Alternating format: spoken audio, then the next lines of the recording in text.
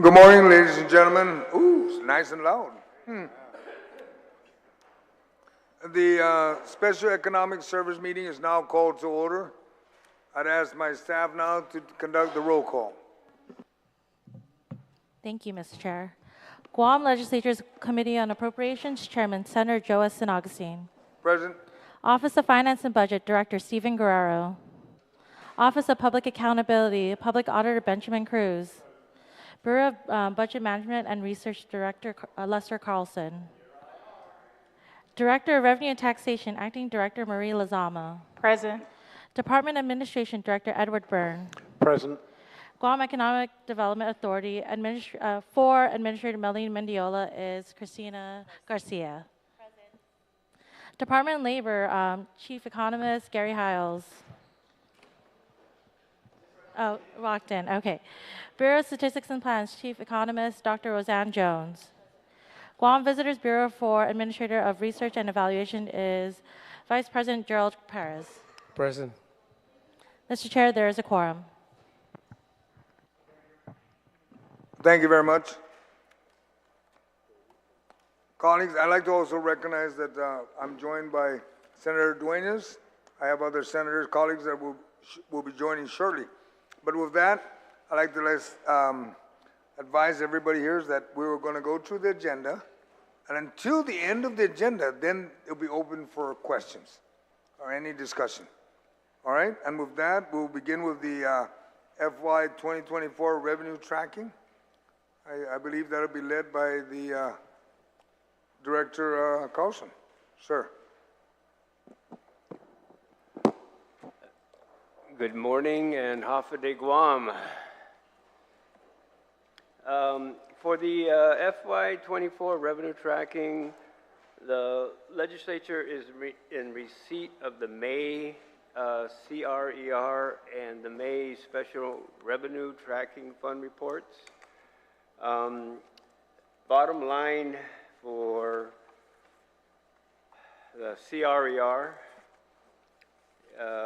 as reported, including several pieces of legislation that the body has passed, and I will like to add that we did not recognize the Veterans Affairs appropriation of $340,000 in this last report. And Governor Leon Guerrero signed the Election Commission funding. So that's $755,000. If I take that number from the bottom number of $26,130,000 as of pretty much today, because we took into account the Election Commission appropriation. $25,375,141 of funding, actual cash received in excess of appropriations for the month of May. We'll get you the June report later this week. We got it, the raw information, right before lunch on Friday, and we're still putting it together for you guys. I know that there's a request for a sneak peek, so for the CRER, one of the things that we provide to the body is a report that is mandated to be provided on October 15th, and that report is here somewhere.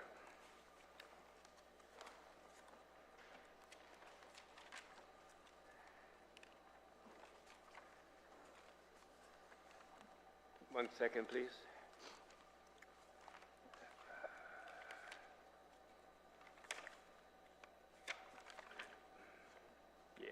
Thank you. So the 12-month allocation report that we provide on October 15th every year, for the month of May, we were,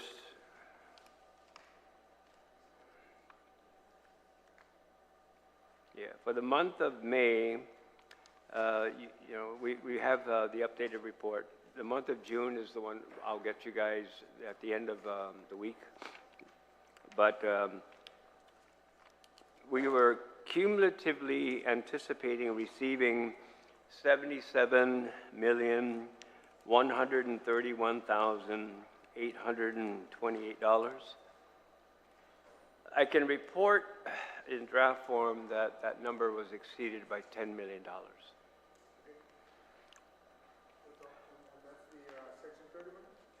No, that's general fund. So what you would see, sir, on page 3 of the CRER, and then again, this is, you passed several other appropriation bills, so we have to net that out, but that $26 million that I revised down to 25, again, we exceeded the anticipated collection level for the general fund for the month of June by a little over 10 million. Special revenue funds are doing very well, with the exception of the Healthy Future Fund, and there's an ongoing effort to do some reconciliation. The form actually for alcohol, I'm not sure if it's all 3 categories, but it actually goes into a BPT account first, and then is later on transferred into the appropriate either alcohol or tobacco account. So we're still reconciling those numbers.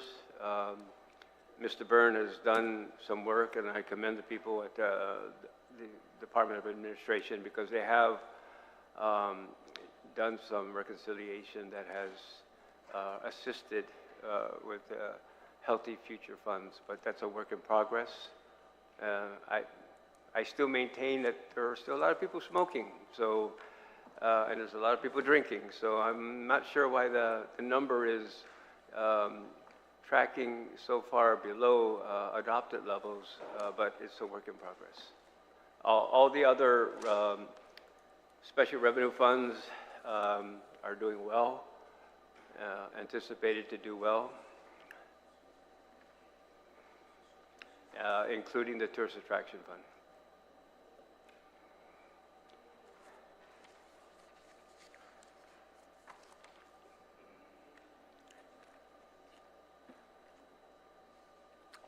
And that pretty much complete your report, correct?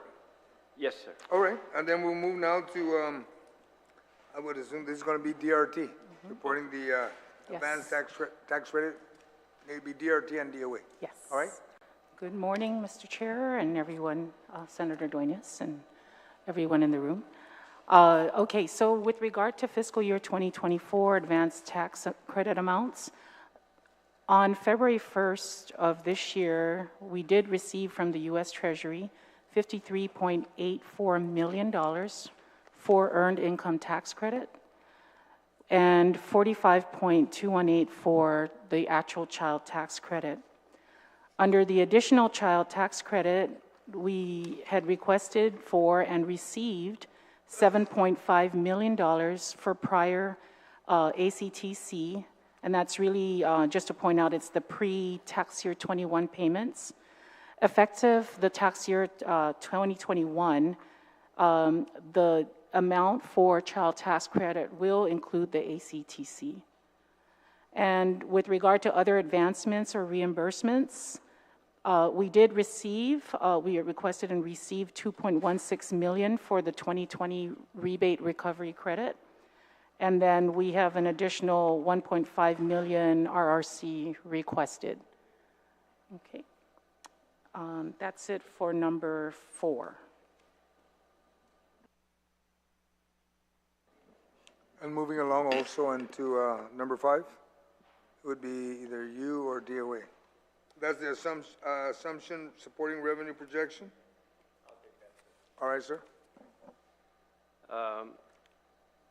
When we do revenue projections, use actual collections. So our adopted levels, especially over the last few years, we've been exceeding adopted levels. So we actually use collections.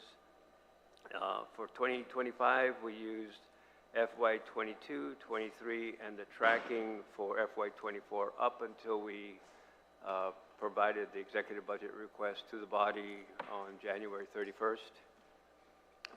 So again, it's not the adopted level because, quite frankly, we've been exceeding the adopted level. So you're getting the average of 3 years on actual collections. That's the general fund. And we all know that the general fund has been performing extremely well.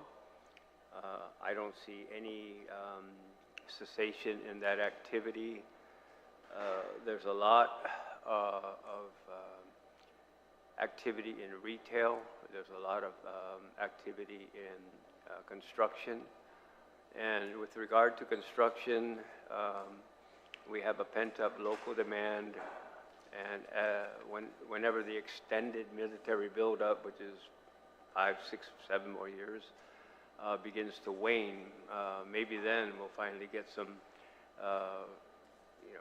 private homes built, some renovation projects, some long-standing personal construction requirements that, quite honestly, people are having a hard time seeing met. So the construction industry, the progress we've made with the apprenticeship programs at GCC, and then the willingness of the construction companies to employ these people is a testament to everything that has been done from a policy standpoint and from an implementation standpoint. So we're poising ourselves as well as we possibly can. We have a record number of H-2B workers, which is also assisting in our withholding taxes, providing the necessary labor for both projects inside the fence and outside the fence. That requirement will probably never end. We just hope to make a big dent in it, at one point in time. But the FY25 revenue assumptions that we have in the EBR, I always say that when we transmit this, it's a beginning of a discussion. And at this point in time, we are not going to make any suggestions to upward adjustments to the EBR levels.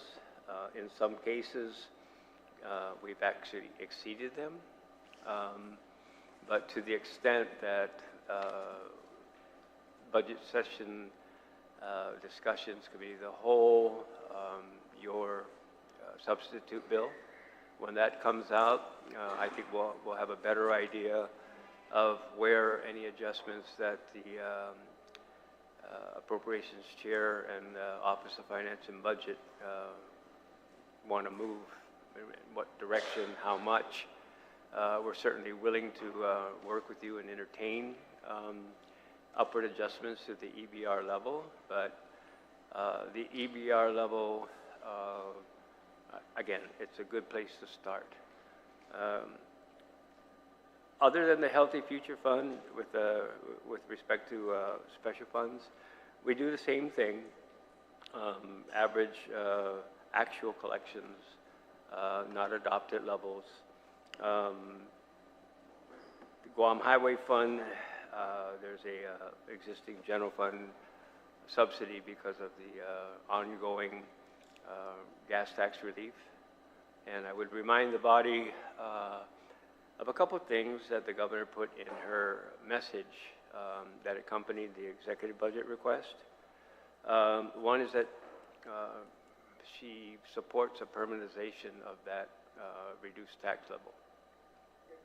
And number two, since we're talking about FY25, I'm sure the body is aware of a federal mandate from the FAA that requires anything over 4 cents a gallon from aviation fuel to be remitted to the airport authority for aviation purposes.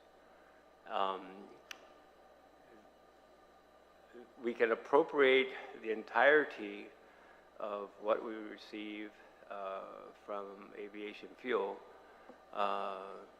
but 4 cents can go to Guam Highway Fund related projects, but the federal requirement of the other 4 cents, we just need to be cognizant that we're in violation of some federal regulations, and in the construct of the budget, we're going to be needing to make sure we understand that.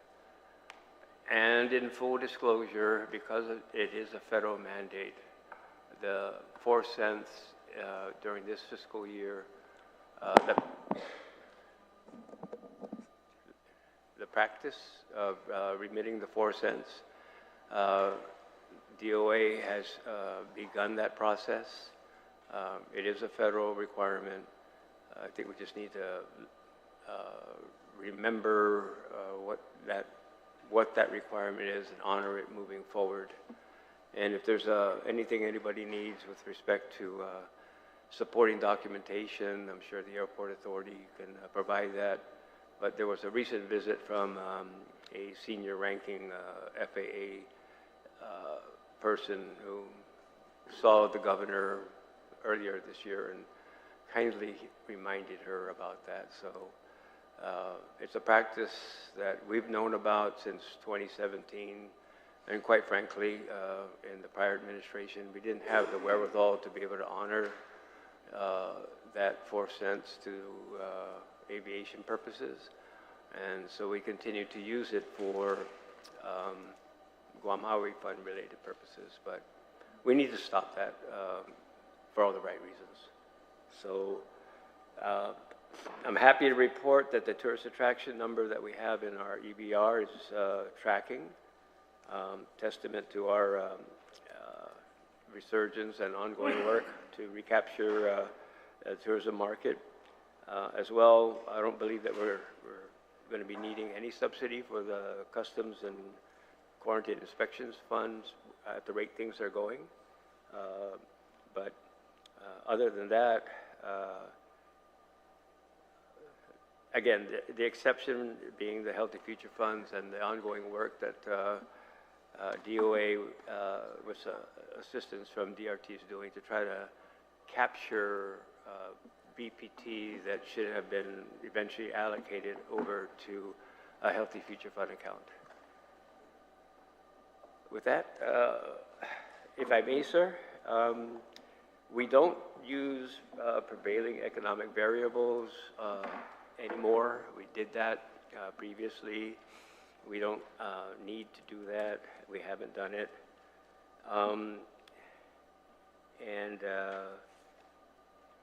The revenue levels and the actions of the body with appropriate legislation to fund things with the revenues collected over adopted levels has worked out well. The body has seen needs. You brought us in to get our concurrence on the actual availability of the money. We've provided concurrence to you, assistance to you, and you've passed a number of measures for use of funds. And remember, this is cash. We're not talking about any projected amounts. We're talking about actual cash received. So I do have one request. It would make our lives a lot easier if we stopped the practice of continuing appropriation authority. If there's a need to take care of some agencies' needs, and the cash exists to be able to do that, then we can amend the budget with the cash collections. But the growing number of agencies that actually have continuing appropriation authority, and then the work that has to get done to go back to ascertain first the fund balance, whether it was positive or negative, how a prior lapse may have affected the fund balance, and then getting comfortable with taking current year cash to pay a prior year's authorization.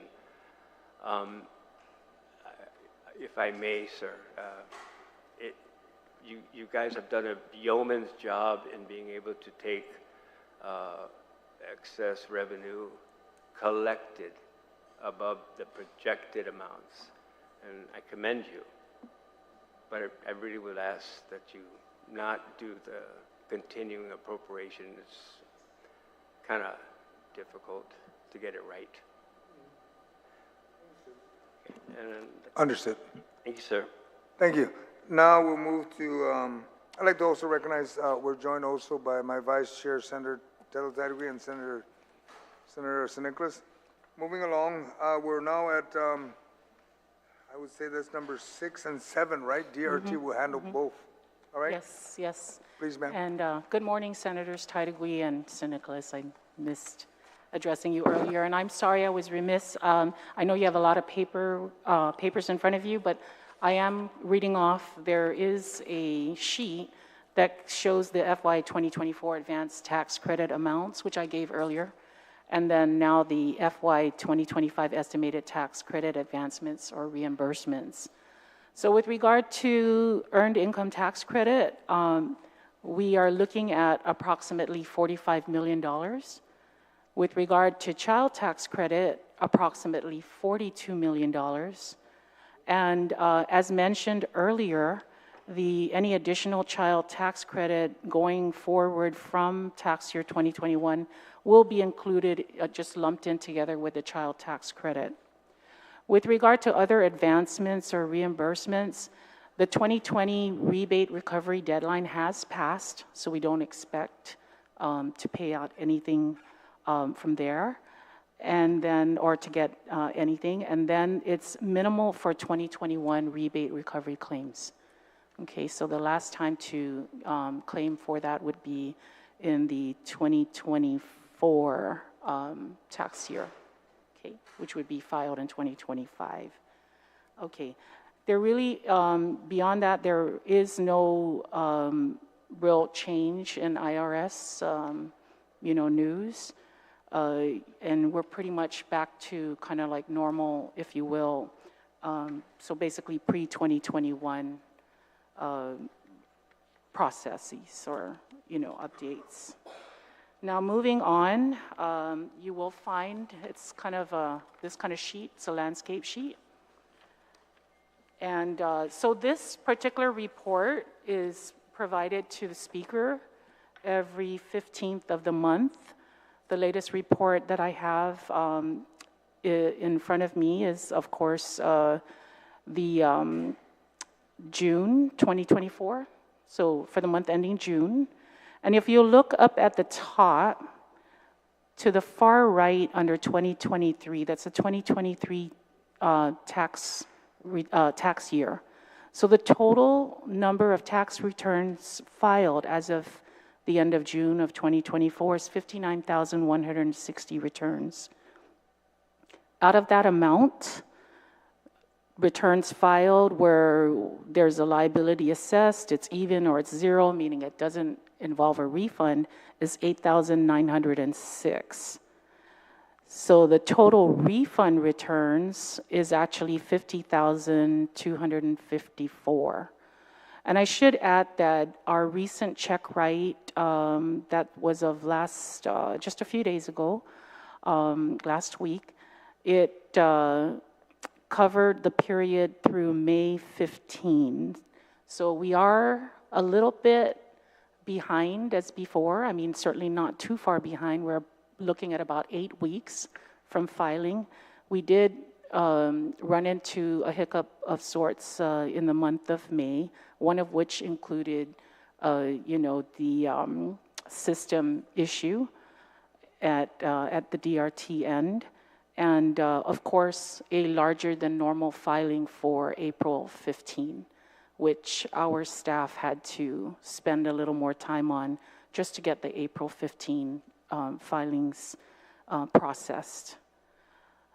So to date, if you look in the second section, we have paid out as of June 2024 a total of $120.15 million for refunds.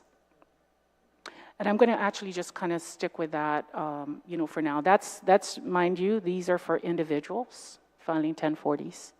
Okay. The bottom part won't go into much detail, except to say that, that is for corporate returns.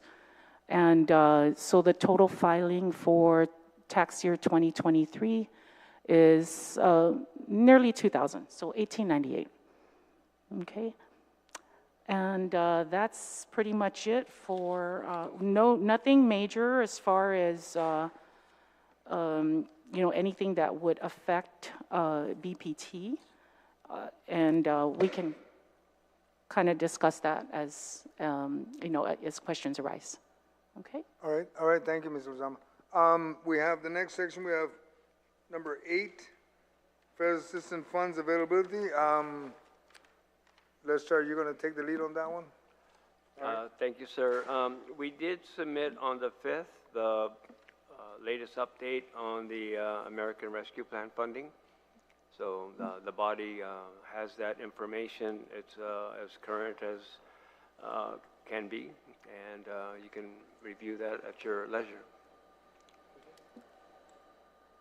All right, thank you. Now we'll proceed to number 8. That would be the OPA. Speaker Cruz, update on FY 2023 GovGuam audit. And everyone, you should have received a copy of it.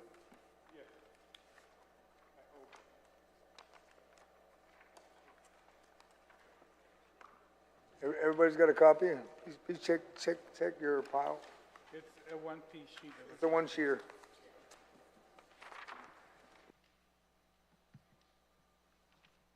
As you can see, Mr. Chairman, on the left side is the list of all those released, and then the target release dates are on the right of the ones that are still outstanding. You can see the agencies, and at the top are the target release dates for those 4 agencies, and we haven't received a date for DCA. They're still trying to get someone to assist them with their QuickBooks. They've been in contact with DOA, has tried to assist them. And GDOE is not anticipated to be released until the end of September, which means that the GovGuam one won't be released until the end of October. And then we have 3 other audits. We have the RFPs out, and they've not they haven't received the notice to proceed yet. All right. Thank you, sir. We'll now proceed to number 10, which would be GITA, Debit Service Management for FY 25. Ma'am, Ms. Tina?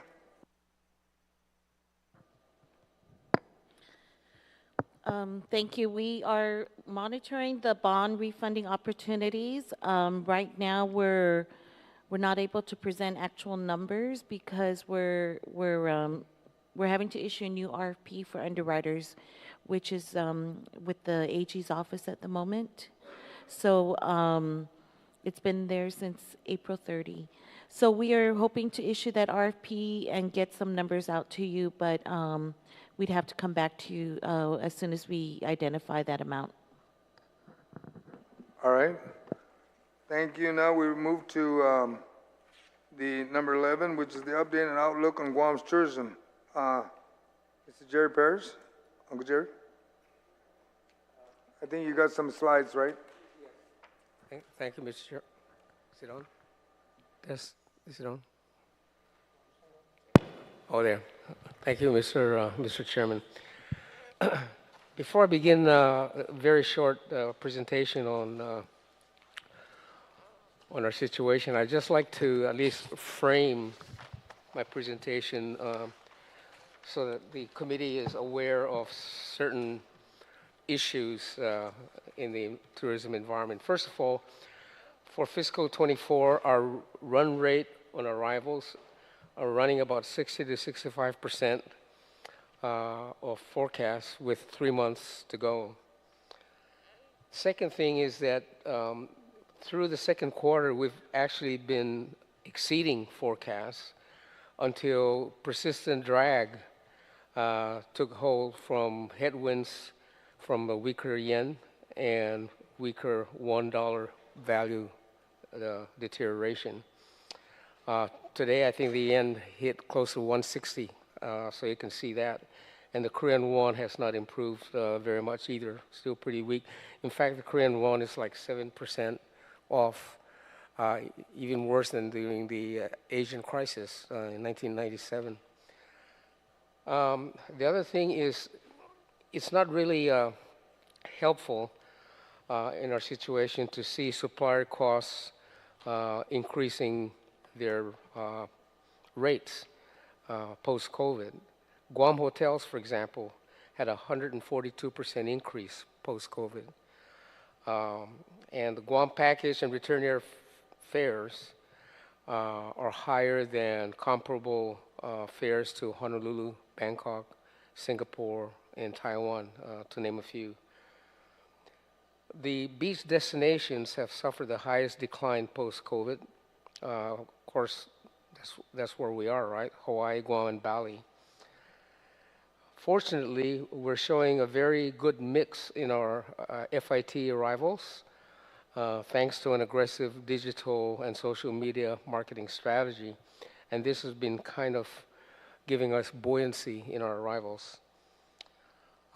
As you know, Northeast Asia is the slowest regional recovery globally, and particularly Japan, Korea, and Taiwan. I don't need to remind everybody that's our market. So with that, I would start off by we brought the American Rescue Plan funds up, and we didn't get a chance to contribute our input, but we did get 20 million.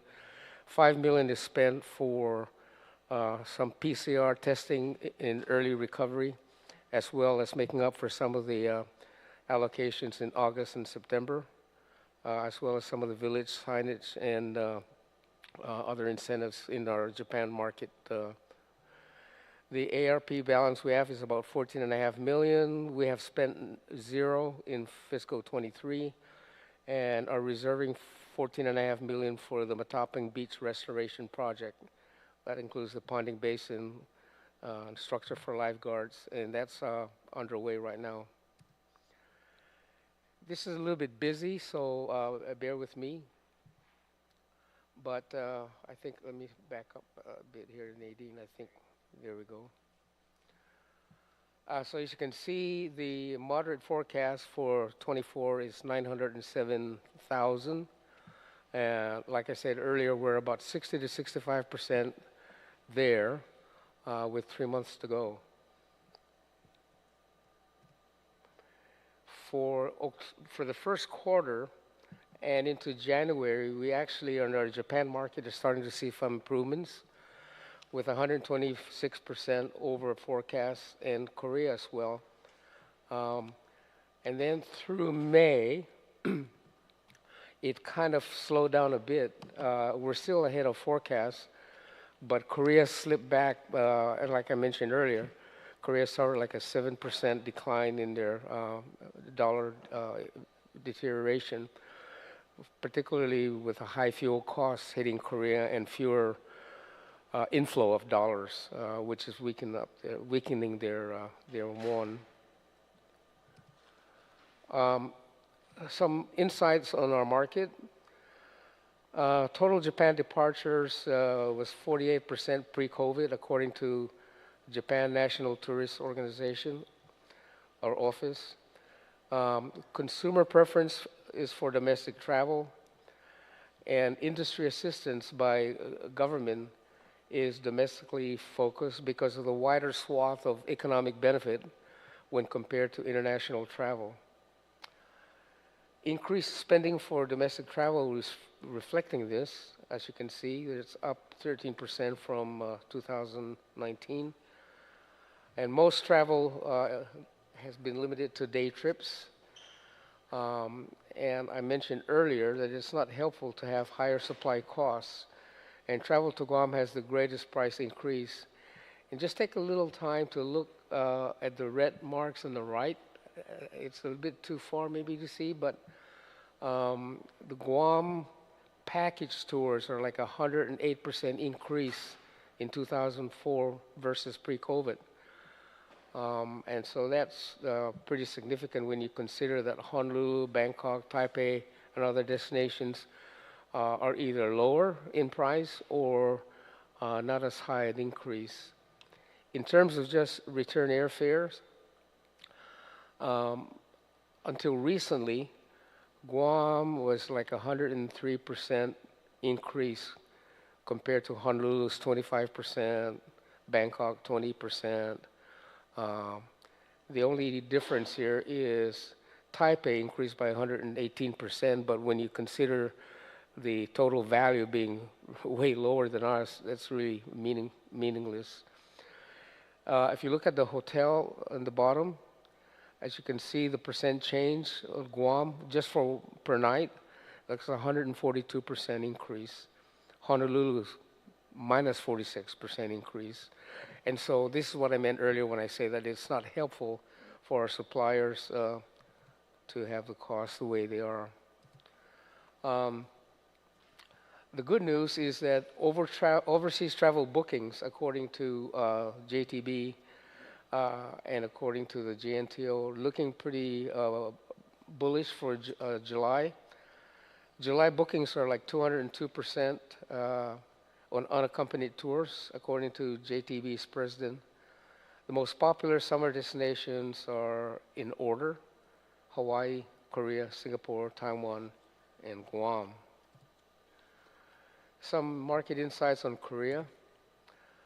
As I mentioned earlier, the U.S. dollar, or rather the won, is very weak against the U.S. dollar, and it deteriorated 7% in the spring, which is worse than the 1997 Asia crisis. There's a lower inflow of U.S. dollars against high energy costs, and also the sidebar on this is that the won is stronger against the yen, and so it's draining. So our Korean arrivals are being drained because of their travel to Japan. Last year, for example, there are almost 1 million more Korean visitors to Japan than they had before. These days, I mean, if you go to Japan now, you can probably enjoy a nice vacation for about 15 to 20% savings based on the dollar. So in Korea, we're getting fairly decent loads, and the airlines are adding flights to improve more profitable destinations that are lower cost compared to the U.S. and Guam. The merger of Korean Airlines and Asiana has resulted in some cancellation of flights as they work through their reconfiguration on their route plans as approved by the government. Overall, Guam is number 7 in the top 10 destinations for outbound Korean visitors. The outlook for 2025, we believe, is one of cautious optimism. We need to remember that we are disadvantaged in Guam by having only 1/3 the total seat share of airlift to competing destinations. Second thing is PATA, Pacific Asia Travel Association, has a severe forecast of 30% pre-pandemic for our area based on the lingering post-COVID protocols and a weaker yen and won to the dollar. the good news is that our run rate is running about 55% pre-COVID compared to the 30% that PATA has forecasted. We're also trying to grow more aggressively the mice market, particularly in Korea. We've been getting some good mice market from Japan, but we need to really ramp it up for Korea. So for Japan, we have plans in play for more aggressive arrivals to maximize seat capacity, and we're supporting both airlines, United and JAL, and working with the travel agents as well. For Korea, once the merger settles, we anticipate additional capacity on the second quarter of fiscal 25, and we want to keep tapping into new and emerging special markets and long-term, senior, and other special interest groups. So that's basically a quick overview of where we see the market at this point, Mr. Chairman. Thank you very much. I'm Sir? sorry. Your last page? There's the last page. So for 2025, we have a fairly aggressive plan. And by aggressive, I mean this is our stretch forecast of about 1 million visitors.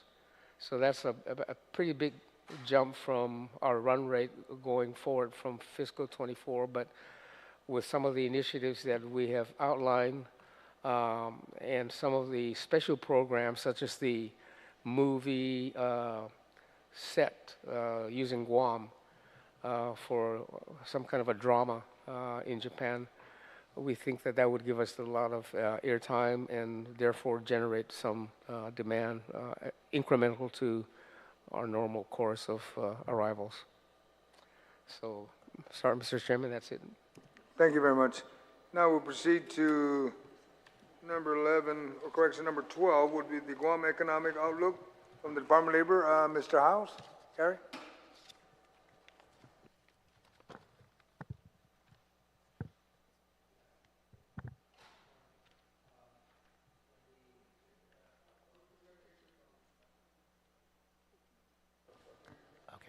In the executive branch budget, there is an economic outlook section, and the summary is, this is the report, that the economy is expected to continue expanding and recovering from the pandemic downturn throughout fiscal years 24 and 25, and it's also promoted by the progression of the Camp Blas Marine Base construction and related activity in defense. In that report, there's a chart on page 27 that shows the progression or the planned output or the peak construction activity. So we're a little bit behind the plan, but we're in a growth phase that's projected for construction, and construction employment has been going up with increasing numbers of H2 workers at a record level, and that's continued to expand. And also, the workload projections for maintenance and service contracts is also projected to go up. So that will, so the outlook hasn't changed in terms of the upward direction, but we're just moving along the planned time frame for it. I'd like to summarize some key points since this was prepared in January 2024. That two primary drivers of real economic expansion are increased military construction in addition to the civilian construction. Increased economic activity will flow into the greater household incomes and boost resident expenditures as well. Newly opening retail establishments will also boost employment. Continuing tourism recovery is likely to further boost expansion in Guam's economy for this period. So it's pretty clear that the economy will expand and revenues will increase, but the question is whether they will expand at the same rate as they have over the last year or two, and that just depends on how quickly these construction projects get underway, as well as how fast tourism continues to recover. The increase in the dollar amount of GovGuam revenues has been related to both, in the last couple of years, higher levels of economic activity, and additionally due to inflation. So the higher dollar amounts of sales due to higher prices resulted in consequently higher revenues. But the latest report from U.S. Department of Labor on the Consumer Price Index is that the levels of inflation which were running in Guam, a similar pattern to the U.S., has dropped substantially, so that the inflation-related revenue increases that have fueled a component of revenue expansion will likely be at a significantly lower rate in fiscal year 25. Leading indicators of future economic activity include, first, the plans, as I've shown in the graph for the military. Then follows a sequence of the funding authorizations, including appropriations, bond revenues, and then solicitation of bids as an indicator of more current construction activity, and finally the building permits and contracts. So those continue. And so our office prepared a chart showing in the green the current projects that are ongoing and the time frame from current to when those projects will end. So I wanted to see how the new projects that are already contracted by the federal government for the base activities would continue on construction. And so those are the blue below. So you can see the projects coming up far out drastically are larger than the current projects ongoing. So this is essentially ensures that military construction will go up in the short term. These are actual contracts with the actual timelines, start and end date for the projects in the blue. However, as a caveat, we all know that due to a variety of constraints in construction, the importation of foreign workers, somewhat constrained by the availability of housing and other logistic factors, that things don't generally go as fast as planned. So that will, how fast they go as planned will determine really the expansion, but it's clear that there will be substantial expansion. Thank you. Thank you, sir. Oh, Now we'll proceed to number third. Sir, you have further, you have more? On the next one, the federal revenues, I have included the last page of my slide on the handout, the federal expenditures from USA Spending by year and agency. So while the year-to-date spending for 24 is down from 23 and 22, it's partial year, so the numbers will go up by the end of the fiscal year. The Department of Defense is by far the largest source of federal funds, and these are expenditures and obligations. So I'm not concerned that the total has gone down, because obligations from prior years, which are contracted and committed for projects, especially construction projects, can be multi-years, so that projects that were appropriated in 21, 22, and 23 are still creating economic activity and expenditures into Guam's economy, even though the obligations were reported in an earlier period rather than this latest year. All right, thank you, Mr. House. We'll now proceed to number 13, would be the federal military contribution expenditures from PSP. Dr. Jones, do you have something to report on that one? status of military contract and effect on government. I think Mr. House already presented that. Okay, that being said, that completed the agenda. Now we're going to go to open discussion, but I will begin with that first. Number one, Mr. Carlson, you mentioned the liquid fuel tax. You know, there's a bill to, waive it for so many months, but the governor's leaning towards making it permanent then, instead of just waiving it. But we got to make sure 4 cents of that we waive has to be basically earmarked towards the airport. That's basically what you said, right? The aviation fuel component. The aviation only. We're not doing anything with The liquid aviation. fuel. Yeah, so it's gas and diesel. Right. And in her budget message, she basically asked that this relief be made permanent. Try that last part. She recommends make it permanent. For the near future, But for the liquid fuel. Just as it relates to what the legislature has already done, where Correct. there's gas tax relief that applies to diesel and gasoline. Only. Yes. Correct. Now, the aviation fuel, a different subject.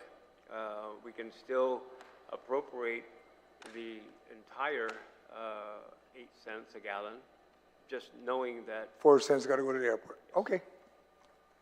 Okay, and the other question I have is continuing appropriation. You mentioned continuing appropriation, which I agree.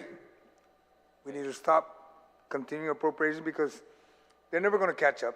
If they didn't have time to spend it, then they don't need it. And especially if we're budgeting for basic, almost the same thing they should have spent on the prior year. They shouldn't be given the same opportunity to fund the same thing. I mean, it's like somebody saying to me, and any agency saying, we like continuing appropriation because we want to fill the positions. Well, we're appropriating that already in the budget. You don't need to get it twice because you're only going to fill it once. And you wanted to comment to that one, Mr. Byrne? Yes, thank you, Mr. Chairman. I'd like to support Mr. Carlson on that effort because, as I've mentioned several times before, we have to find the cash for that appropriation when it's finally used, and the cash is usually in the wrong year as a result of that. I would like to say, though, that we want to make sure that if we're going to do that, that all obligations and all encumbrances fall into the correct year. Otherwise, we're going to be left in the following year without the funding to support an encumbrance that should have been encumbered in the year one. Understood. I will make every effort to convince my colleagues when we get to that budget process. Next one I have is status on the system of tax refund. You brought that up, Ms. Lozama. Is the system been fixed already where you can, hopefully by next month, you'll be able to give us a report on the tax refund? You identified that something happened with the systems that... Yeah, that was just a minor glitch, glitch? in early May. Okay, so that's been Yeah. fixed. It's Okay, been we're not fixed, going to worry yeah. about that one. Yep. And somebody brought up AG issue about having an attorney. You did, Gita. You brought that up. Are you proposing anything such as maybe asking the legislature to allow you to hire an attorney? I mean, we need to hear specifically what is the Gita asking for, because you go out to the bond market, you're working with what's going on in Guam, and we can't delay it because somebody wanted to hold on to it a little bit longer. For whatever reasons, I'm just concerned about, and it applies to all the agencies, government agencies. I just want to know how we can fix this and what is Gita's recommendation, because you're the only one to bring that up, and I've gotten questions from other agencies. Ma'am. Senator, I'm going to have Mel Medela correspond with you directly when she comes back, when she comes into the office. She's out of the office today due to Okay. illness, Well, but I'll well- have her come back to you. Well, That make we sure- have had issues Okay, pending. just get it in writing, and Yes. I'll ask the same thing with the administration. Speaker Cruz, you wanted to say something, sir? On the RFP for the bond council, I just wanted to point out to the committee that bond council has not paid business privilege tax ever. Okay, Gita, look into that, por favor, because that's something revenue and tax will be concerned about. Mr. Chairman, could I Yes. add to that too, Yes, please? please. DOA certainly is very keen to be empowered to employ an attorney. Aside from procurement issues, which are generally covered by our procurement council, we do have HR issues and indeed issues relating to financial appropriations, which we would certainly benefit from having our own in-house attorney to be able to advise DOA officials on that. All right, thank you. Mr. Lester. Yeah, a little more color to the question that was asked in the agenda about refunding opportunities. We believe that the 2015 BPT bonds are potentially refundable for savings. We don't have the authorization from the AG to proceed with the issuance of the RFP. Mrs. Garcia is being very kind, but it's been since April, and it's just clearing an RFP. That's all it is. So we don't feel comfortable providing you guys with what the potential savings could be to discuss seeking your approval simply because we don't have an underwriter to do that for us. All right, thank you. My last question before I open up to my colleagues. The GVB brought up the hotel prices, airline prices. Airline prices, we're pretty much Guam can't. It's going to be kind of hard for us. But on hotel prices, is there any recommendation from GVB where we can get it where Guam becomes more competitive than everybody else? Sir. Hello? Sit on. Okay. Yeah, that's been a bone of contention actually that we've had because we're under pressure from some of these people about doing something to get arrivals up. And so we have a conversation with them and tell them that it's not very helpful if the supply side is, so costly. So we've been having some conversation with them, and I think there's some moderation I think that they're looking at. I don't know exactly what it is today, but we can check on that and get back to you.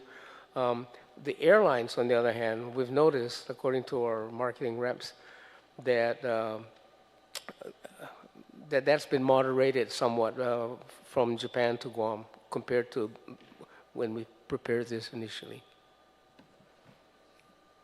Okay, so you guys will get back to us so we can help you. Yes, well, we'll get back and do kind of like a quick survey on what they're doing with their average room rates. Okay, thank you. And with that, did you have anything? Okay.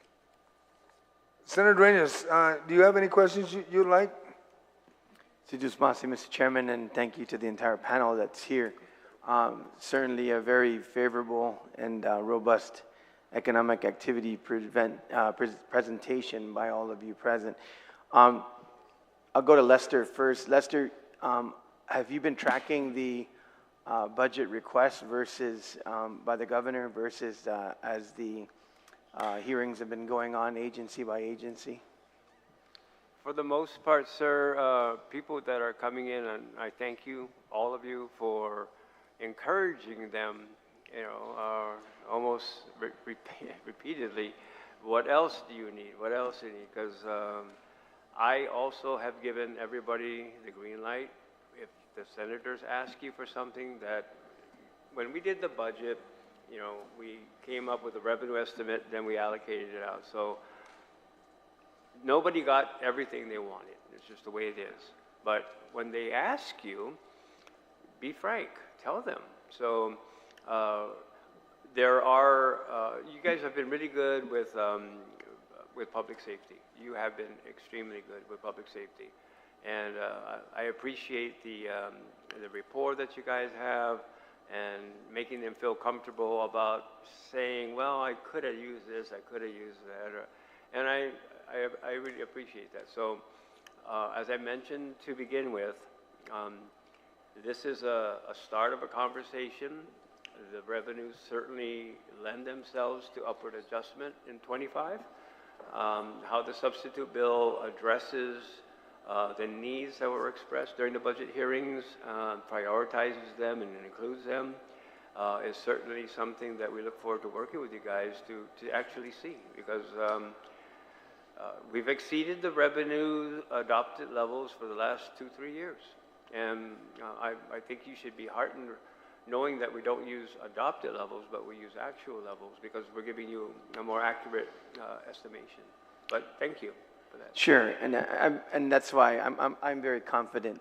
This committee has proven to, take into consideration the requests over the years as shown by the performance. And so I just wanted you to see where you were at. I'm sure they'll make the adjustments going forward. But yeah, I think we've hit on a lot of priorities like you've discussed. And so I just wanted to make sure that, since we're on the eve of the budget session next month, I'm glad you made the presentation. And once again, we'll put it on the record that you're maintaining your adopted levels. However, you're cognizant of what the substitute bill will include, and then we'll adjust that and debate it on the floor as we go forward. Lester, I wanted you to discuss real quick how I know that a lot of the budget adjustments too have been affecting, of course, various categories, but in particular, I'm curious if you have any number or can discuss the positive effect on the rainy day fund in terms of how we've been tracking in excess revenues.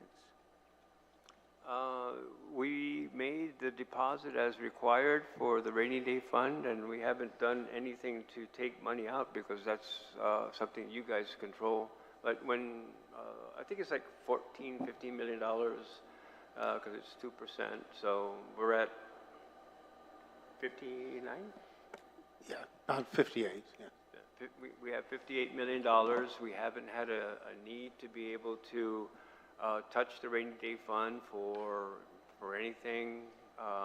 As I mentioned earlier, Senator Tydegui and Senator San Nicolas, we'll get you the CRER for June this week, but I can let the body know that we're $10 million better than we anticipated. So the sneak peek back of the napkin request, and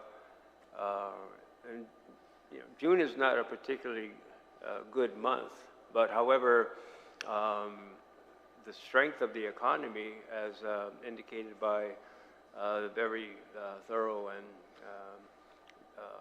presentation by Mr. Hiles, particularly with the graphs that show the light blue, continued military construction spending well beyond, the term of the year we're talking about.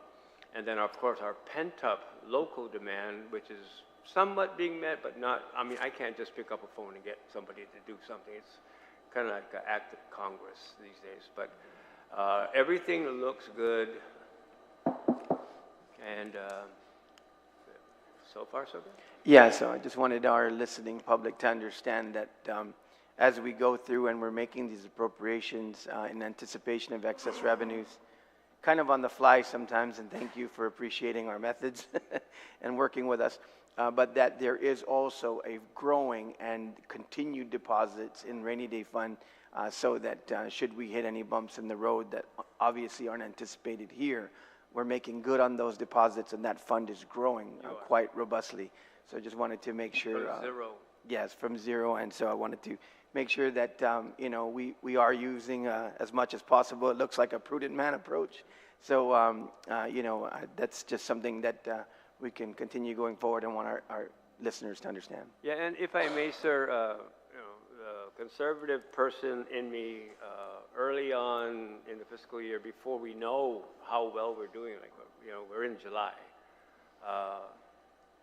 we have, for all intents and purposes, over $30 million of revenues collected above the adopted level after all the initiatives that the body has passed. Ratepayer relief for GPA, additional funding for the primary election, money for the Veterans Affairs. Now is the time where I'm comfortable in this fiscal year with you guys taking the initiative to address, well, okay, what are we going to do with this? Because now I think, I'm sure Mr. Byrne agrees, we're middle of July. We know that we're going to have excesses. And when you look at the Special Revenue Fund report, you'll see actual numbers, and then you'll see projected numbers. Same thing with the CRER. When we give you that 12-month, this guy, we basically tell you what it is that we anticipate. So for June, it was $77 million cumulatively. Well, we got over 87 million. And we only got, a few more months left. And they're decent months. They're not April's, but they're good months. So, yeah. Something tells me Steve will probably be a little bit more conservative. So I think some of us are going to prevail on somewhat of the conservative level, but certainly, if we're appropriating in our priority areas, I think that's what our people are asking us for. So public safety, I know education, particularly in higher education, has some aggressive moves which produce good jobs. So I think that's something prudent to do. I wanted to move to rev and tax, and maybe the two of you can team up on this, because here's where I see, and I'm going to go to Dr. Jones also in this discussion. We had a little chit chat when she came in on something that I think is going to be important going forward. But as we notice, the taxpayer, when we just go from 2014 and even a precipitous dip really now in 2023, and in terms of the filings, this has got to tell us a little bit about what's going on in our population and the like. Now, on the good news side, obviously, I believe you're probably going to adopt these numbers that you presented in terms of ATC, EITC, if not already adopted and factored in. So it looks like we have a very solid and fluid tax refund capability to continue this process of weeks, if not a month out. It looks like that's where we're averaging. But this number, as Rev and Tax looks at this, do they, have they maybe reached out to some maybe BSP and other and really trying to crunch down what this taxpayer precipitous drop? I mean, we're talking from 2014. Of course, that's quite a bit back, but even if we just go from 2019 down to 2023, we're looking at, thousands of people that, not filing basically, then that's got to be maybe a person not being here, yeah? Yeah, and from the DRT side, certainly that is something that, we are well aware of. As far as reaching out to BSP or, some other, entity, I don't believe that we have done that. We do know that there was, of course, the rise in 2020 due to all the federal monies, right, and, the need to have to file a return when you don't normally file one in order to be able to avail of that assistance. But, you are correct. There has been a trending, a decrease, the downward trend, and we have yet to come to any one particular reason for that drop. It is certainly something that, we are trying to take a look at. Yeah, so for budgetary purposes, I know that's a little bit more detailed, but I'm just hoping that as we go forward, obviously we've got our robust numbers, outward planning, and that's when I'll go eventually to Dr. Jones on this, but I think this is something we need to continue to look at and see what our levelizing is, and then of course our return upwards. Like I said, the University of Guam's got a very aggressive plan to start bringing, strong job growth with a lot of their growth and a lot of their new construction and other activities that they're doing in terms of education and those that are job related. They're kind of leveling off with GCC almost on being a solid workforce development beyond just its general academic areas. So that's going to be a positive, but I really think that we should asterisk this, and as an SES going forward, besides what we're going to do for our forecast for this budget, start to look at that, because that's going to be the longer term in terms of tax, people basically who have jobs, they're filing returns, right? Whether or not they're zeroing out at the 8,000 or paying a little bit, and then upwards of the others who are getting returns. They're still part of our positive economic activity. So I think we need to asterisk this and just take a look at it going forward. Ed, in terms of, I don't have an issue with the both of you on the continuing appropriation, particularly with the revenues that we have. But I want to make sure we work with the committee. I want to ensure that in that case, one of the things that I constantly hear from directors is the fact that, with the processing of GG1s and their manpower, obviously, as long as we make sure that the adopted levels, Mr. Chairman, and others, that's not affected, meaning that those vacant budgeted positions maintain as part of that current year budget so that we don't start falling off and actually zeroing out positions where we know many agencies really do need the help. And so I just wanted to get your concurrence on that we need to scrub that really well and make sure that continuing appropriations will not, will still count budgeted vacancies with benefits intact and everything else so that the agencies don't lose the capability of, if they have a lag in manpower in terms of recruiting in that fiscal year, that they make it up to stabilize their organizations going forward. Thank you, Senator. One of the things that I encourage when there's a separation, put a recruitment GG1 right behind it. So an entity that is very good about doing that is the Department of Corrections. So somebody's leaving to go wherever, they have a recruitment GG1 right behind it so that the backfilling of that position is already on record, and then, there's qualifications and stuff, but if you're doing it like in-house and you're able to take a viable candidate who meets the criteria, it just makes it so much simpler, but we do encourage that very much. Yeah, Ed, can I get your concurrence with that? Because, I know that for the most part, operational, it's a pretty easy transfer, and, they can say, hey, we got extra gas needs, we got insurance for vehicles, whatever else happens, anomalies like that. Operations-wise, there's no lag in terms of interviews and the process and filling. Sometimes it's 3 to 6 months to fill a position. So, Ed, are you on board with that? We need to make sure we're solid on the budgeted vacancies. Yes, sir. GovGuam, along with almost every other government across the United States and territories, is challenged to find people that want to work in government. So we're very well aware of that. We're doing whatever we can to move these GG1s and these vacancies through the system as quickly as possible. And we're looking at ways, innovative ways of trying to make sure that we do get all the positions that are open filled. Yeah, I think we'll just, maybe, Mr. Chairman, we can make a note in the miscellaneous provisions that, it doesn't affect, continuing appropriations not existing doesn't affect, budgeted vacancies. So I'll work with you on that. Yes, as a matter of fact, OFB has been working with every agency, but remind them of that. Don't be asking for a position and then asking for continuing appropriation, because it's just not going to work. Right. And also, they were also reminded that if you have a vacancy that's been vacant for the past 4 years, Yeah. quit asking for the same thing and making the excuse that you still need continuing appropriation when you're never going to fill it.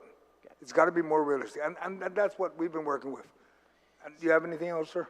Just 2 more, and then I'll move on. Jerry, thank you once again. It looks like there's some stabilization, but giving us, the analysis of what's happening in the market and the industry. For budgeting purposes, in terms of what's going to be adopted, or at least you presented or will present, you have a slight, positive increase in your efforts and your marketing capabilities. Do you believe then, when we adopt your level, that your performance will, barring any other major impact, will equalize? Because it's been notorious, of course, because of COVID and everything else, with falling short and having to subsidize. But do you feel confident that you'll be able to levelize and maintain your revenues to match the budget allocation? Yeah, excuse me. Our expectation is that we will. As a practical matter, however, what we try to do is plan something less of that to make sure that we don't go over. In other words, if we expect like 100, then we sensitize it down 5 to 10% just to make sure. But the extra is what we're counting on for, like the overage on the TAF income, and that's been very helpful when Senator San Agustin and see if, and we talk about it, and that's where it's coming from. Thank you. Dr. Jones, just real quick, I loved your comment when you came in. It's like we were talking about the robust economy, and a lot of people have plans for us.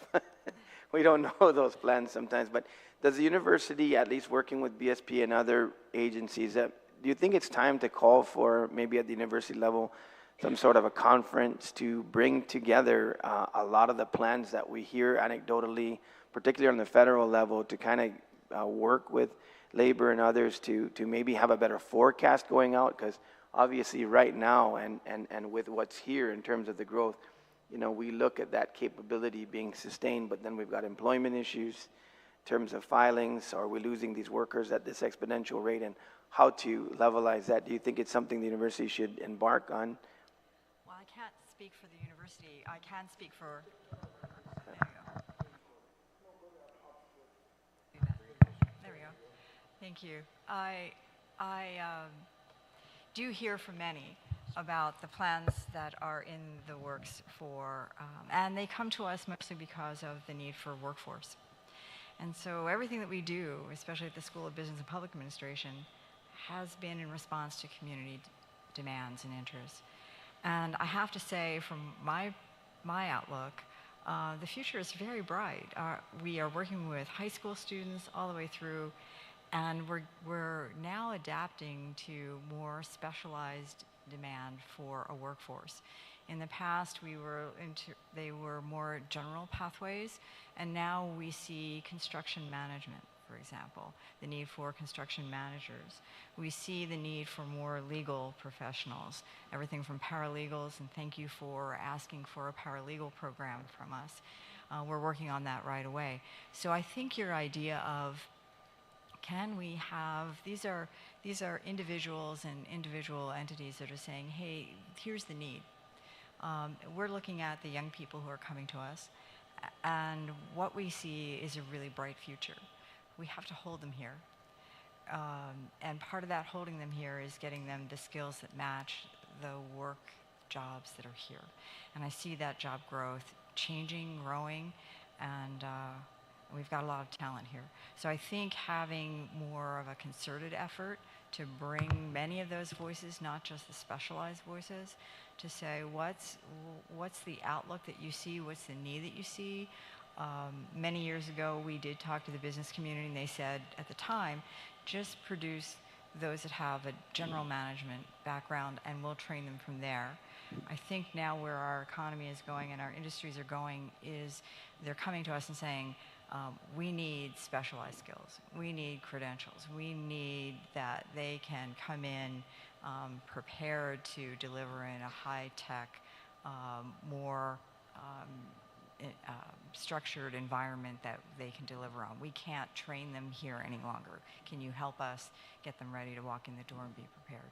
So I appreciate that, and I do, I'm grateful for everyone who's come to SBPA and to the university.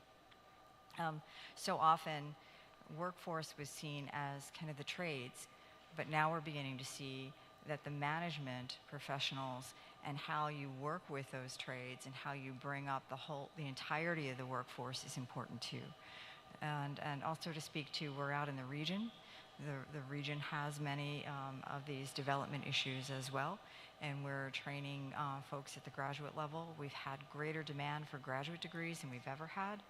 And so I think that whole market is rising, and I think it's really driven by what we're seeing in our economy here. So love to have a larger conversation around this that you propose. Thank you. Thank you. Mr. Chairman, I'll work with you on this. I think maybe an offshoot from what we do here for this forecasting.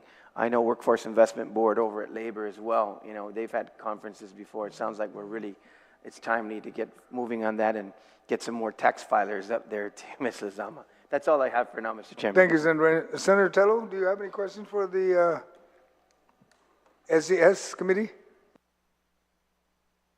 Thank you. Yes, sir. Yes, I do. Thank you so much, everyone, for being here this afternoon. I do have a couple questions. I greatly appreciate all the hard work, by the way, looking into this. I mean, though it looks very good, you know, the forecast looks pretty good. I think this body has been conservative for the last, since I've been in the legislature, since 2019, to be conservative. But then again, it does make it very difficult to track funding when we're allowing, actually what Mr. Carlson said, these lapses. And we've been trying every year not to allow these lapses to go through. It gives us a better accounting of where the money is, so I totally agree to that. However, with BBMR and DOA, my question would be to you, has there been any major changes? I mean, since we've now seen a different forecast, it's a little bit brighter, but still keeping on the conservative side. The budget that was submitted earlier in the year, has there been any supplemental budget that you would like to present to the legislature based on these findings? And how do you feel about that $72 million going to the hospital? Additional $72 million. Can we afford it?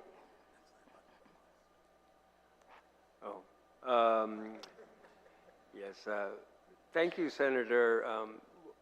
Earlier, I mentioned that I always look at the executive budget request as a start of a discussion.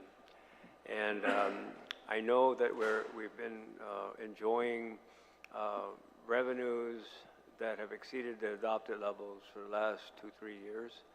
I don't have a problem entertaining a substitute bill, discussing the merits of levels that are above what the executive budget request had when it was transmitted January 31st. There's been a continued momentum as expressed by our economists on our future. I love the chart from Gary that shows the prolonged military work, and that's just the stuff that we know about, not the stuff we don't know about. I have no problems entertaining upward adjustments to what was submitted.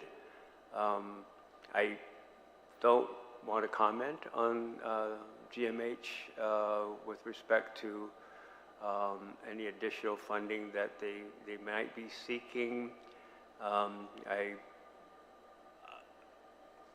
There are just certain areas that of improvement that I think are not fully explored yet. In most cases, when you're up against some hardships, you take a look at potential expenditure reductions, and I don't see a meaningful tract of doing that.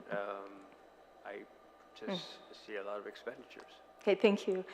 With regards to any other liability DOA or BBMR may foresee, any other liability that the government of Guam that may be anticipated. I mean, we've had this conversation before. We're looking at that $42 million that Homeland Security may have to pay back.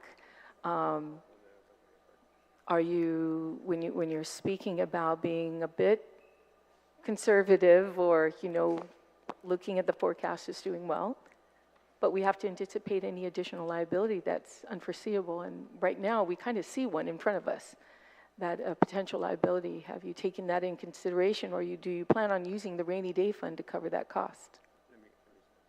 What is the rainy day fund's balance, by the way? 58 million. 58 million. That's Yes, good. I'm glad. All my Yeah. fighting to keep that, Yes. build that account. Yeah. Earlier, I mentioned a obligation due to FAA for the benefit of aviation requirements here on Guam. It involves taking the 8 cents that is currently charged for aviation fuel. 4 cents stays within the purview of the legislature under the Guam Highway Fund for appropriation to however the body feels is appropriate. But ever since 2017, there's been a requirement to take the amount over 4 cents, which is just happens to be 4 cents because we're currently charging 8 cents, and remit that to the airport for aviation purposes. So that we have begun this year in providing the 4 cents to the airport, and the governor in her message, the budget message, reminded the body that we're going to need to start implementing that, as well as taking a look at arrears. And the last time I talked to the folks over at the airport, we have an arrears dating back to 2017, 2018 of $9 million.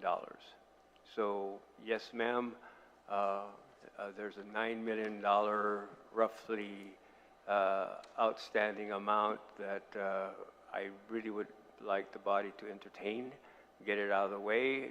I don't see why we should pay interest on a 5-year plan when we have the cash to do it. So that's one of the things that I'd like the body to consider, and then Mr. Byrne will talk about the audit. Yeah, Senator, if I could answer that question in 2 parts. We have to be more nimble. You know, for years, because of the restriction of cash, the whole government system was set up to prevent expenditure. In this new scenario, we have to be much more nimble in actually getting expenditure through the system and not building up the liabilities that you're referring to that weren't recognized. We're constantly talking to agencies saying, send us all the documentation. I know you might not think that the funding is there, and therefore, in the past, they wouldn't have forwarded it to DOA, but we're telling them, please send it to DOA so that we can record it, so we don't have these surprise obligations suddenly appear. With respect to Homeland in particular, but including all federal, especially information that comes out of the single audit, right? In 2 years ago, we had a lot of question cost. In fact, it was more than the Homeland one because it included the amounts that were questioned as needed to be returned to US DOL from the unemployment scheme that came out of COVID. That amount has been whittled away mainly by the federal government forgiving individual cases because DOL has been working really, really hard with US DOL to make sure that those particular individual cases are cleared. Although there was a very large number, we've actually only ever, in the last 3 years, I think, we've had less than 100,000 in disallowed cost as opposed to question costs. The Homeland issue is at this moment a question cost. We are working, DOA is working to help Homeland resolve those, most of which are questioned because there wasn't supporting documentation. And we're working hard to make sure that that documentation is retrieved and submitted to the federal government. So, Mr. Byrne, are we looking at having now the general fund to fund Homeland Security, since these funds were actually supposed to be coming from the federal government, and in the last few years, it's been actually coming from the general fund? So would you assume that now we would have to put this on the books to cover them? It's actually already on the books because the general it's fund... been on the books. because the general fund has actually covered it. Right. But we don't want to see any more. You're absolutely right. Okay, so, right, yeah. I just came to find out that we have been funding it. We didn't know that. We didn't see any appropriation to Homeland Security. So as we prepare the budget, you know, that's something that we need to consider now, if this is the case. And we also really need to consider the liabilities that we may have to pay. I mean, federal government forgave us on the DOL side, but may not forgive us on this one. So we just need to be prepared. The other question I have with regards to revenue tax, and speaking of liability, hi, Maria. And can you just tell me on your documents that you provided us, just not anything owed in FY the 23, but on the liability alone, I'm trying to read this where it says funds processed and paid under 2022. I'm not talking about 2023 because we're still, you're going through those discrepancies and looking at those taxes. But on 2022, you have 131.165. I'm looking at the liability from 2014 to 2022. What is the liability on taxes that have yet to be paid out to those tax refunds paid out? Is that 132 million that is in liability? I'm probably reading it wrong. I hope I'm reading that wrong, but what exactly is the liability? I'm sorry, for from refunds? 2024 to 2022? 2024. I never like to look at the current year that you're paying off right now. Oh, 2014? Yeah, 2014, sorry, to 2022. I mean, these were past liabilities in owing tax refunds. What is it totaling in liabilities for revenue tax to pay this? I'm sorry, are you referring to the refunds, refund returns unprocessed? Or Yes, yeah. the estimated? Okay. Yeah. Oh, I'm sorry. Yeah, so I don't actually, oh, I'm sorry, my voice. Sorry, I apologize here. I'm trying to follow where you're at right now. So 2014 to 2022, refund returns unprocessed, estimated. Is that what you're saying? Well, there's refunds, returns, processing, waiting payment. So they have been processed already. Mm-hmm. Is that all the way up, you're accumulating from 2014 all the way to 2022? That's what I was, I guess we can take the total liability, 10.19 million minus the 6.83 would give us around, 4 million, wouldn't it? But Okay. I'm looking at 0.91. Okay, so yeah, I think I'll just minus that one. That makes it easier for us, right? Okay. Just subtract 6.83 from 23. And your concern is that Yeah. we have yet to pay that? Yeah, have yet to pay that. So there is a liability of about $4 million there on that particular one. And then we go further down to refunds unprocessed, estimated, and there's nothing there. Has that always been the case when you bring these reports to us during the SES? So actually, yeah. So this report is sent out every month to the speaker. On the unprocessed? Yeah, the entire report is sent to the speaker. In fact, I was just talking to the acting deputy tax commissioner about that this morning. We need to clean up the report because it does cause some confusion. But with regard, to the refund returns process, awaiting payment. So some of those are actually, they're either in examination or, they've been filed and they're actually, still just pending. We don't, sometimes what happens is when we do a check right and then we're given an authorization to go ahead with it. Sometimes what happens is those that have been processed will be included. So it won't be from the tax year 2023. It'll kind of just, go in. There are some that still, for some reason, gets rejected. And, but I couldn't give you a specific reason as to why certain things, don't really clear. Or sometimes the estimated, it's still or the estimated assessed. projections on those unprocessed ones. It would be nice to have that, information. And I can certainly get that right? for you, ma'am. Okay, I Yes. appreciate it. I mean, I haven't had any constituents call me up yet to tell me that they haven't received their tax refunds, since 2014, 15, 16, or 17. I have yet to have anyone come forward, but there is some liability going back to 2014, and that would be discussed on another panel. I mean, that's different, so we'll talk about that later. The other question I have with regards to That's a liability. Gary Hiles, I really appreciate this document here, Gary. But you know what would make this the ultimate high is to tell us the money amounts of these projects. And, for years, I know that the public auditor has been trying to do an audit on these GRTs that are being paid for these off-island companies coming to Guam with this buildup. It kind of tells us what's going on here, but really, what is this yielding to us in revenue for the government of Guam? Right now, we just see the projects and the names of these, everything from machine gun range to earth-covered magazines to even fixing a stairwell. What does that mean money-wise to us on revenue?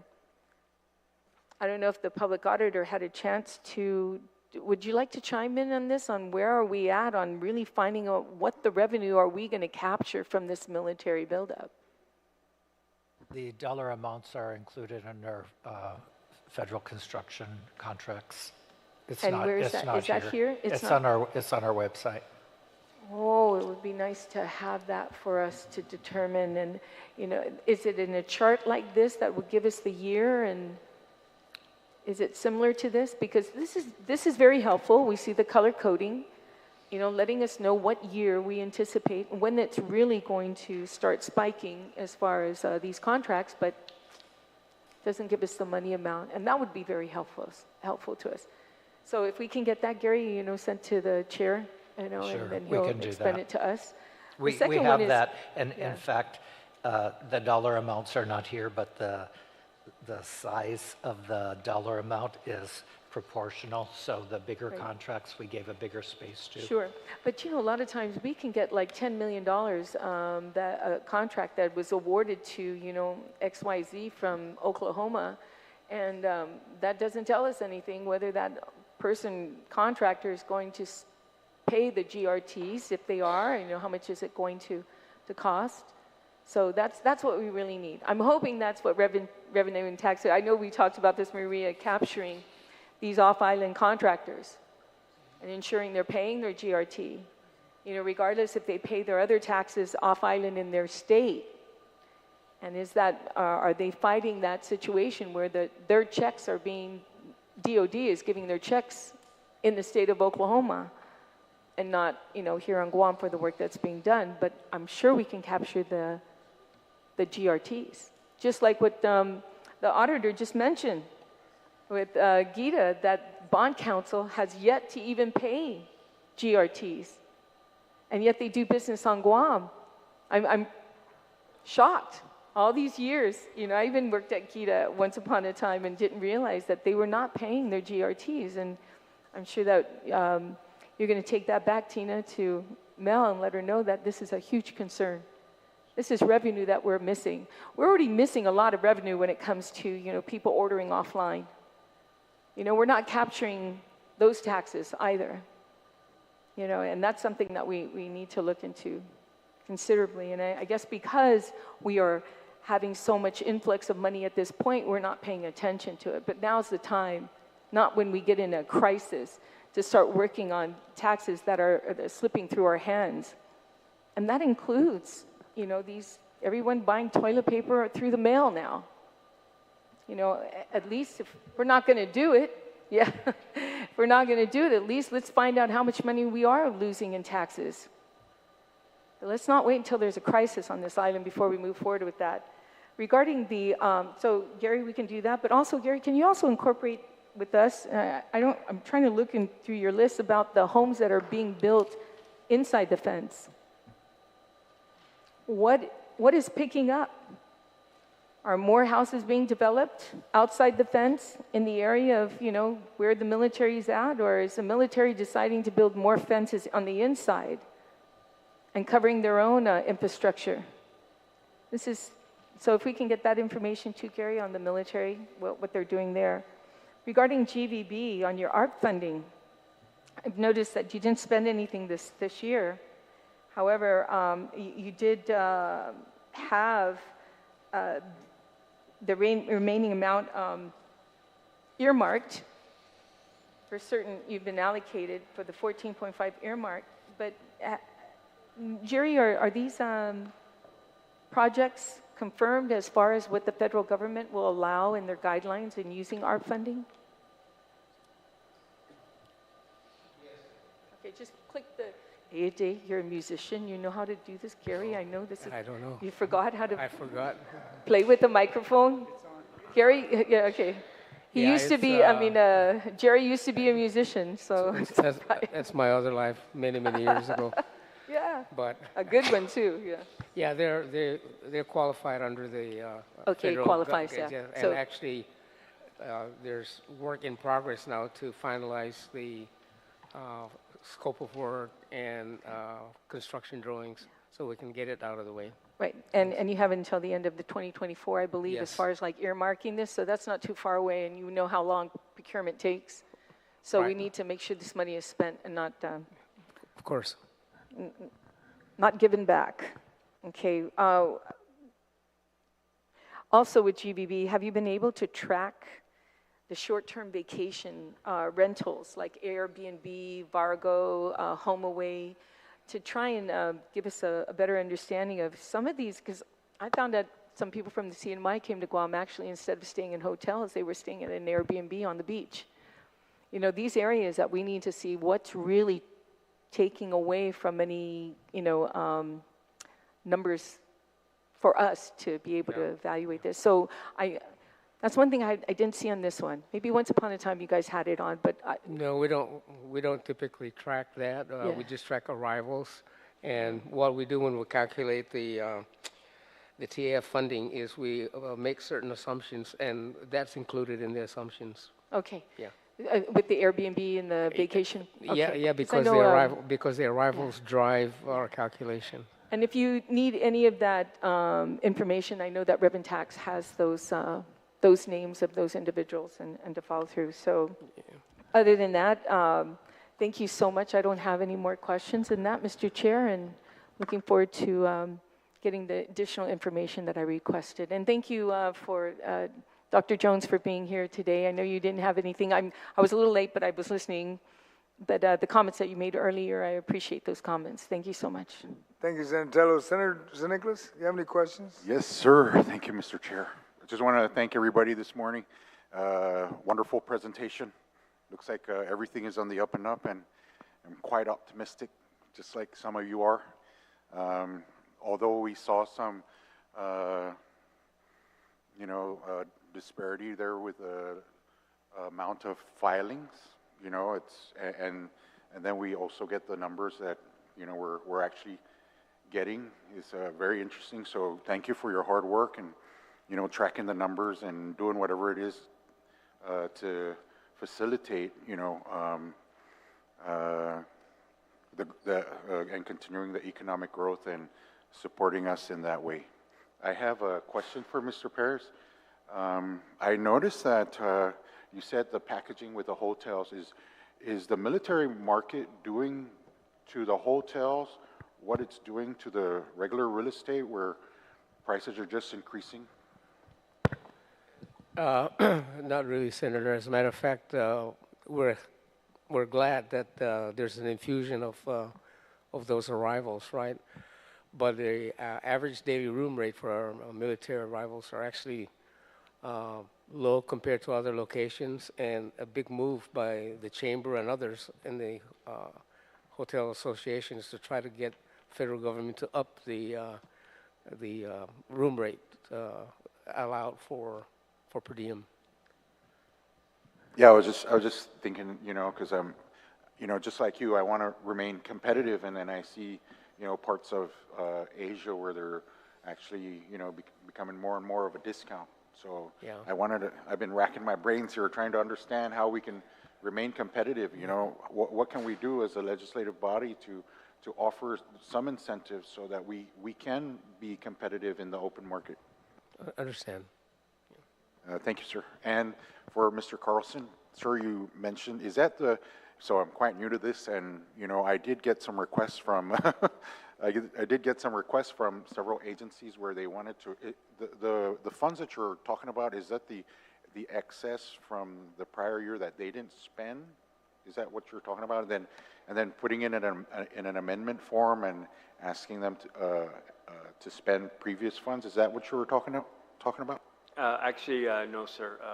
Basically, as the chairman mentioned earlier, there are instances when you'll see a position that is in the staffing pattern, but it's been there for years. And so are you going to fill it or you're not going to fill it? Because what happens is if OFB suggests that it become part of the budget, you guys agree, then that funding for that position is there, but it doesn't get funded. So there's some hard to fill positions everywhere. But I think the chairman said, if you have a budget, you know any procurement that you're going to have to undertake, you should get it done in the beginning of the fiscal year and not wait until the end of the year when everybody's going to do TENDA and everybody's looking at GSA and there's just an overwhelming amount of work unnecessarily. They're required to manage their budget. The personnel thing, I believe we have a very good handle on that. But if there are lapses, then that's for, like, say, 2023. So when an authorization that allows them to use, they're not getting 2023 revenue. They're using this year's revenue. So whatever you pass for Agency A at $100, if you give them a continuing appropriation authority, right, then you're actually increasing their spend, but not increasing their appropriation. So it becomes problematic for us because there's a fund balance that we have to make sure is not negative, and that maybe the lapse goes to addressing the deficiency in the fund balance before we can even begin to feel comfortable about moving forward and allocating prior year appropriations, which really don't have a current year dollar attached to it. Thank you, sir. And you mentioned the rainy day fund is at about 58 million? From zero. Wonderful. Thank you. It's so optimistic. Wonderful time to be a senator. Wonderful time to be in office with all this extra funds that are, but you know, we still have to maintain, you know, some type of control. But you know, it's a really wonderful news, and so I kind of like to hear that. So the rainy day fund just grows exponentially. No. How does that work? It gets an annual appropriation, and the annual appropriations so far have amounted to the $58 million that's in there currently. It takes 10 votes for you guys to move any money out of that fund for you know, emergency uses and stuff. So you've done a great job as a legislature of putting in the appropriation for the rainy day fund. And you've done a great job of making sure that all other sources of funds that are available, including the excess revenue, are utilized for the pressing needs that you guys have passed. So thank you for that. No, thank you, sir. When it's good news, we all share in it. Thank you all for that. Mr. Chairman, I have nothing further. Thank you, sir. Thank you very much. I'm going to believe and assume that nobody has any comments they wanted to present to the committee. And with that, is there a motion to adjourn? Motion to adjourn, sir. So moved. The SES meeting is now adjourned. Thank you very much for your time, and it is now 11:50. Please be safe today. Take care.